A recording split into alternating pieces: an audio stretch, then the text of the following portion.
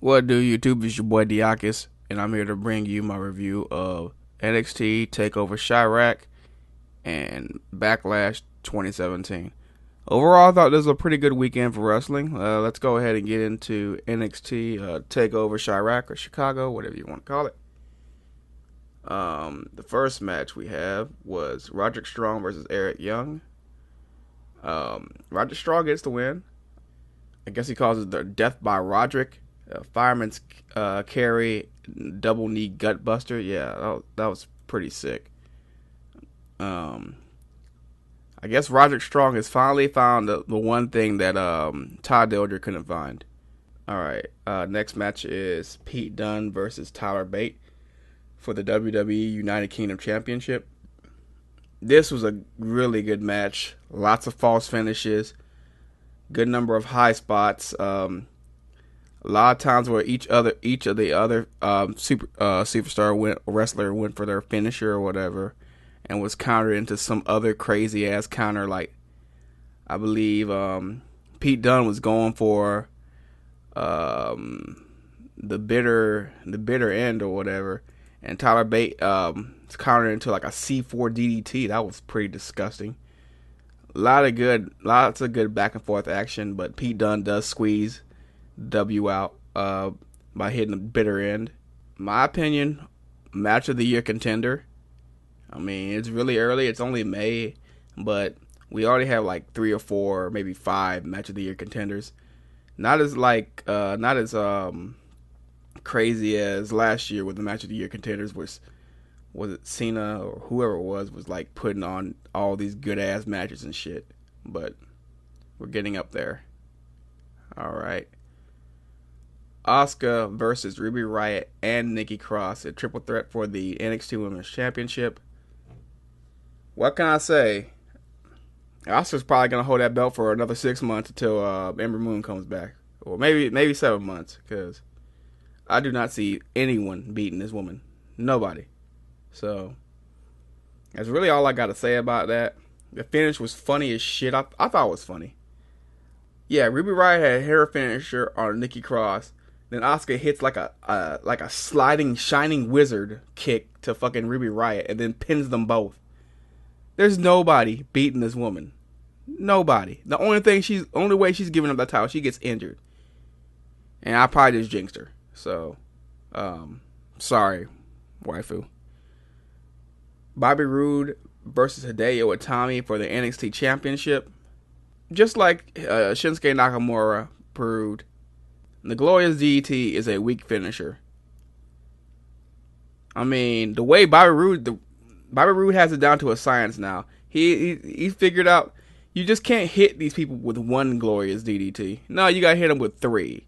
And then he pulled Cena almost and chained 2 of them together. He hit one, then hit another. That was funny.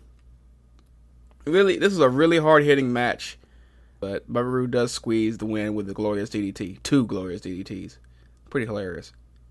The Authors of Pain versus DIY, a ladder match for the NXT Championship. It was the main event, which sort of surprised me. I thought it was going to be Roode versus Itami. But I like this. And the way they had it set up, it was too perfect. The Authors of Pain are just like Asuka. They're unstoppable. They're beasts. They're crazy.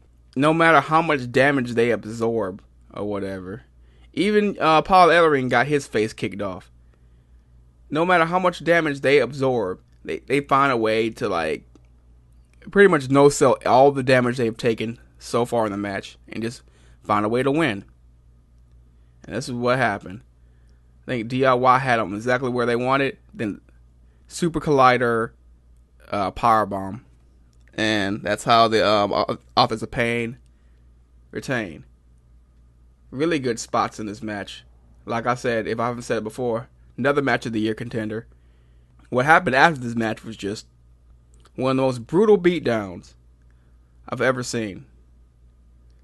And NXT did this shit perfectly. They had a graphic play, they were walking off, and Tommaso Ciampa beats the living shit out of Johnny Gargano. It was like watching, I know I use this phrase a lot, it was like watching the passion of Johnny Gargano or something. And did you hear about that prayer circle they had? I don't know if that's real or. Come on now, y'all need to stop. Funny, but y'all need to stop. Johnny Gargano is just decimated, murdered. Fucking takes 2 of those Tommaso Ciampa knee strikes. Then he takes a diving swing off the announce table. Was it off the stage? It was off the stage. No, it was off the announce table through 2 tables to the outside. Then Tommaso Ciampa cradles the head of Johnny Gargano. Is like, yeah, I just did that to you, buddy. What you gonna do about it? The reason behind the split was stupid too. They're talking about, oh, we don't want to bring them up as we don't want to bring them up as a tag team. We want to split them up. Dude, they're fucking they're both cruiserweights. That don't make no fucking sense. You can have them run roughshod over the damn tag team. How long is the Revival out? I mean, you can send them to SmackDown and have a good rivalry with fucking the Usos or some shit. It looked like American Alpha just disappeared off the face of the fucking earth. But whatever. That's WWE and their dumbass booking. If I had to give a score to NXT Takeover Chirac, I'm getting my money's worth. $9.99 all day. Out of 10. Alright, let's move on to Backlash. Backlash was way better than I was going to give it credit to. I said WWE proved me wrong, and they proved me wrong. Go in the kickoff match, Ty Dillinger versus Aiden English. Finally, a kickoff match I actually give a fuck about. Even though we've seen this match before, I know both of these guys could put on a good show. They were only given 8 minutes, but they made the 8 minutes work.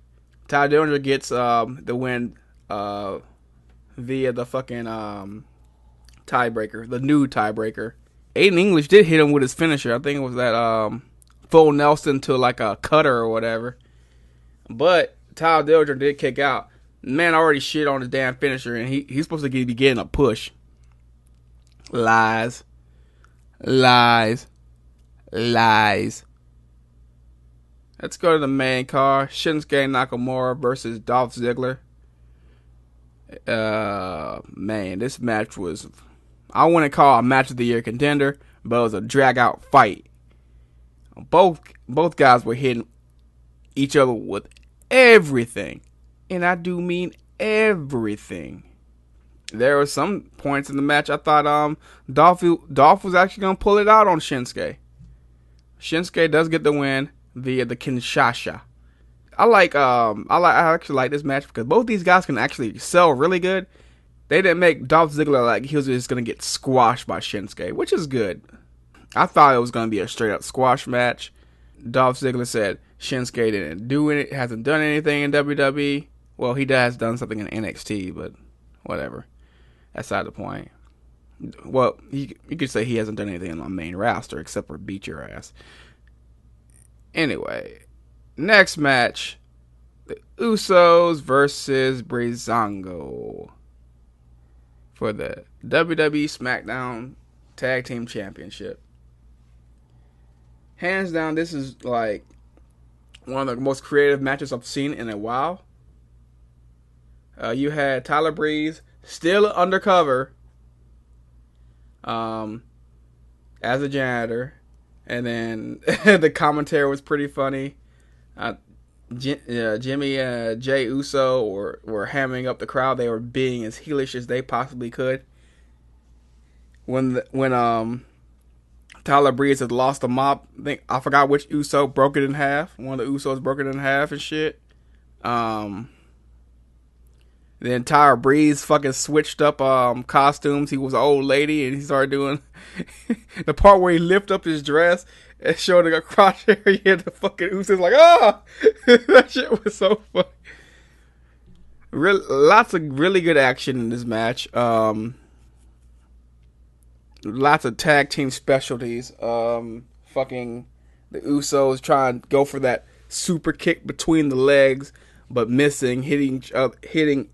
I forgot. I can't tell the Usos apart. One of them hitting the other one.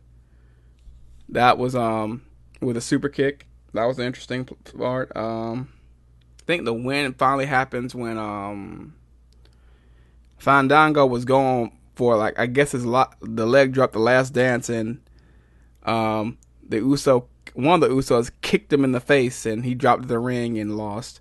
That's after they dispatched Tyler Breeze to the outside. So, really good match. Very creative for the time it was given. And, yeah.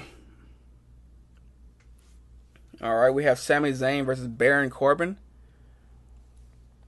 Sami Zayn got his ass whooped I could pretty much say the entire fucking time. He got destroyed.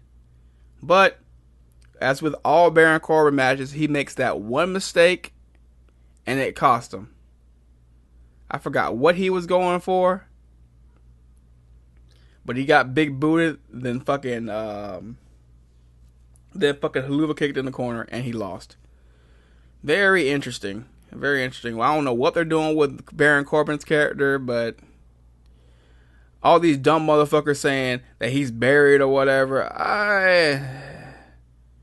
Being buried is like being on a kickoff show, which he was at WrestleMania, so you may have a point. But if you're on your main on your main show and you have a spot on the main card, I don't think you're buried.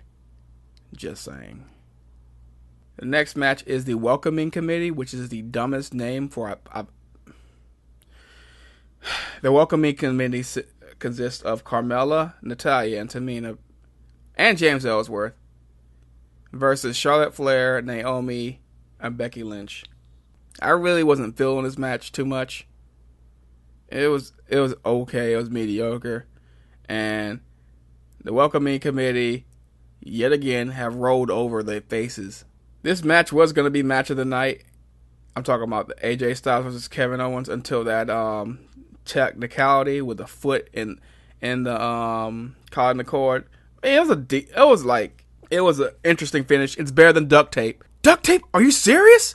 Kevin Owens versus AJ Styles for the United States Championship was a really solid match. Lots of back and forth action. Lots of spots where either wrestler was going to be defeated, but it all came down to some cords and on an announce table. That's it. And Kevin Owens is a fucking wrestling genius. Inside and outside the ring. Fucking moved his foot.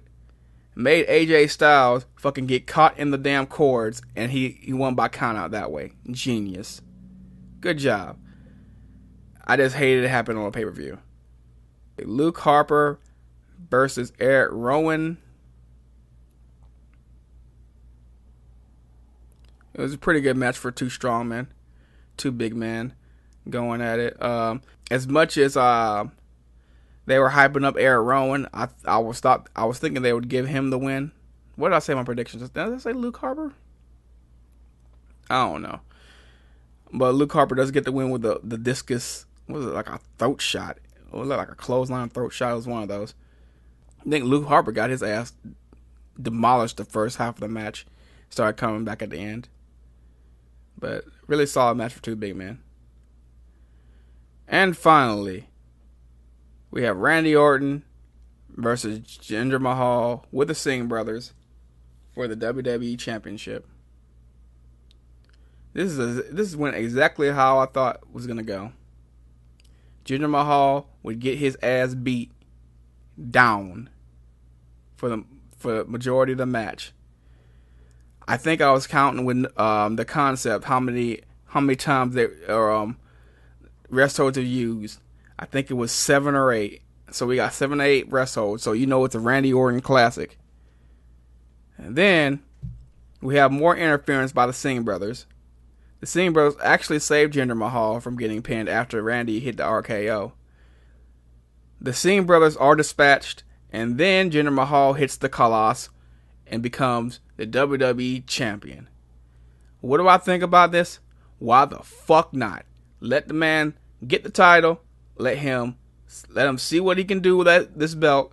Because we all know how charismatic Randy Orton's title reigns are. We've seen this before 13 or 14 times. Just let somebody else have it. Let's see what the kid can do with it. And yeah. I mean, he's been jobbing for he's been jobbing ever since he got to WWE. You might as well let him do something. I mean, it's pretty much overnight. I think they said it was 6 weeks. 6 weeks it took him from from going from jobber all the way to WWE champion. Ain't that some fucking shit? Overall, if I had to give the pay-per-view a rating, I'd probably give it, let's say, an 8.9. High B for this pay-per-view. It was a very solid show. SmackDown does it again. Take that, Raw. I'm not team either, but whatever. Don't care. I guess that's it. I don't know when Real Wrestling is going to be. I was talking to Goham. We're having scheduling conflicts, so just bear with us for a little while. We'll have the review. We'll have our Real Wrestling up very soon, hopefully. Well, that's it. Hope you enjoyed the video. Like and subscribe. Yada, yada, yada. Peace.